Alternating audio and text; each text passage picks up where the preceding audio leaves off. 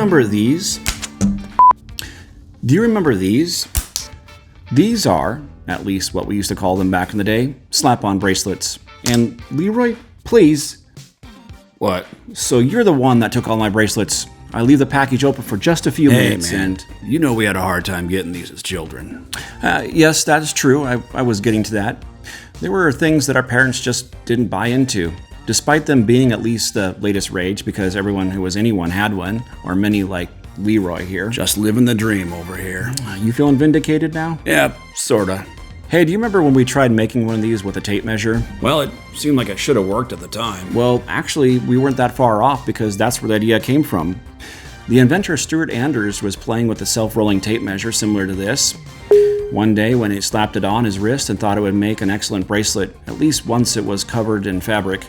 Come to think of it, it was probably uncomfortable when he was experimenting with the raw steel version. Yeah, but I'm glad we didn't cut Dad's tape measure. He would have been pretty upset. You mean more upset than the exploding cattail incident in the garage? Well, hard to tell.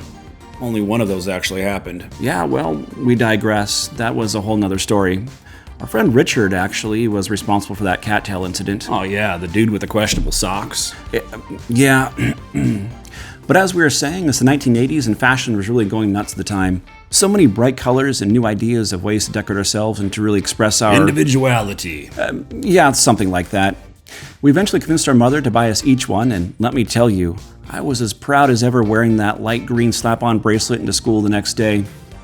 It got to a point in our school where these things were so popular that the teachers forbade us to unwrap and snap them back on. We could wear them, we just couldn't play with them in class. Always taking away the fun. Yeah, well, many other schools banned slap-on bracelets due to the distractions, the possibility of being injured by the knockoffs, which were made of thinner metal and cheaper coverings at the time. The rusty metal wore through the covering that could cut the wearer. Wearer? Wearer. Wearist? I even remember wearing mine during my swimming lessons, which turned out to be a bad idea, as I recall, as it had a discoloration problem after that. Probably because of the rust. Ah, the short-lived fashion of the time. This one is covered with a rubberized textured coating, which is different from the ones we used to have. Ours was covered in some kind of fabric, if I remember right, which meant, of course, it wasn't sealed from the water. Hey, Leroy, I have an idea.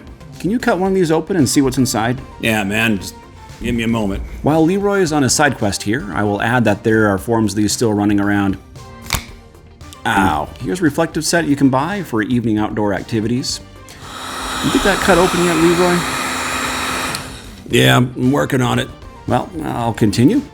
There were even reports that in 2011, students that received these slap-on type bracelets found that they had some, well, let's just say, inappropriate pictures printed right onto the metal. Oh, where do we order one of those, man? Leroy, did you get that thing open yet? Yeah, here you go. I had a feeling it was going to be kind of melted onto the metal as a safety precaution. Not much to it. Describe what you're seeing. Well, actually, it seems like it's just metal, man. There's nothing in here. There's no tape measure, no inappropriate pictures, just plain steel. So to conclude the story about the inappropriate slap-on bracelets received by the students, Stuart, the original creator, sent a couple hundred slap wraps, as he had officially named them, to the students. The kids, well, they could wear the original, hopefully cleaner versions. What do they do with the questionable bracelets? They ship them back to Stuart? No, well, the article didn't say, but they weren't bracelets that came from him originally. They were just cheap knockoffs. You know, I have a business idea. No, let's keep this on the right track here.